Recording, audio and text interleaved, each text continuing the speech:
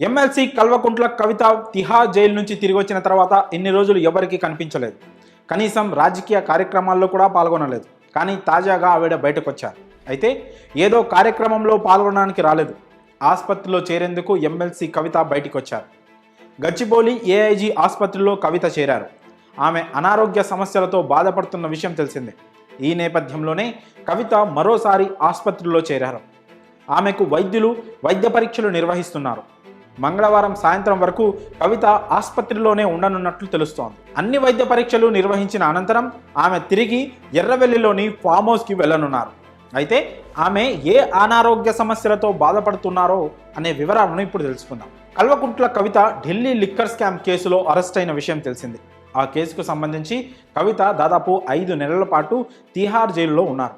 Supreme court bail మంజూరు చేసిన అనంతరం ఆవిడ తిరిగి హైదరాబాద్కు వచ్చారు. ఎర్రవల్లి ఫామ్ హౌస్కి వెళ్లి తండ్రి కేసీఆర్కు పాదాభివందనం చేసిన కవిత అక్కడి నుంచి వెళ్ళిపోయారు. మళ్ళీ తిరిగి ఆమె ఎక్కడా కనిపించలేదు. మళ్ళీ మంగళవారం రోజు ఉదయం బయటికి వచ్చారు. వైద్య పరీక్షల నిమిత్తం ఆసుపత్రిలో చేరారు. తిహార్ జైలులో ఉన్న సమయంలోనే కవిత తీవ్ర అనారోగ్య సమస్యలతో బాధపడ్డారు. జైలులో ఉన్న సమయంలో తీవ్ర జ్వరంతో ఇబ్బంది పడ్డారు. అలాగే గైనిక్ సమస్యలు కూడా తీవ్రమయ్యాయి. ఆ సమయంలో ఢిల్లీ ఎయిమ్స్లో కవితకు వైద్యం అందించారు.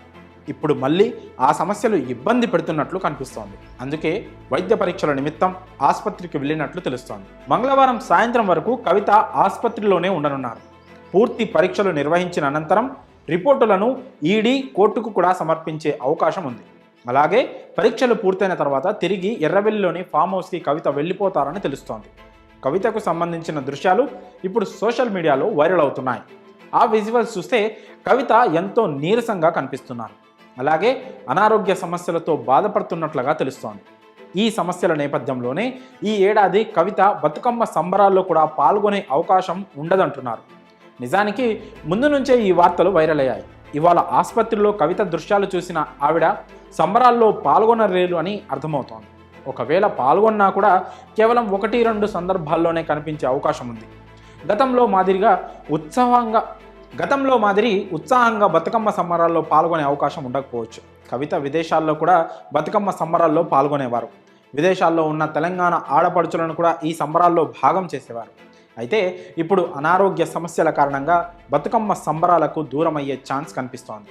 అలాగే రాజకీయ కార్యక్రమాల్లో కూడా కవిత పాల్గొనే అవకాశం కనిపించడం లేదు.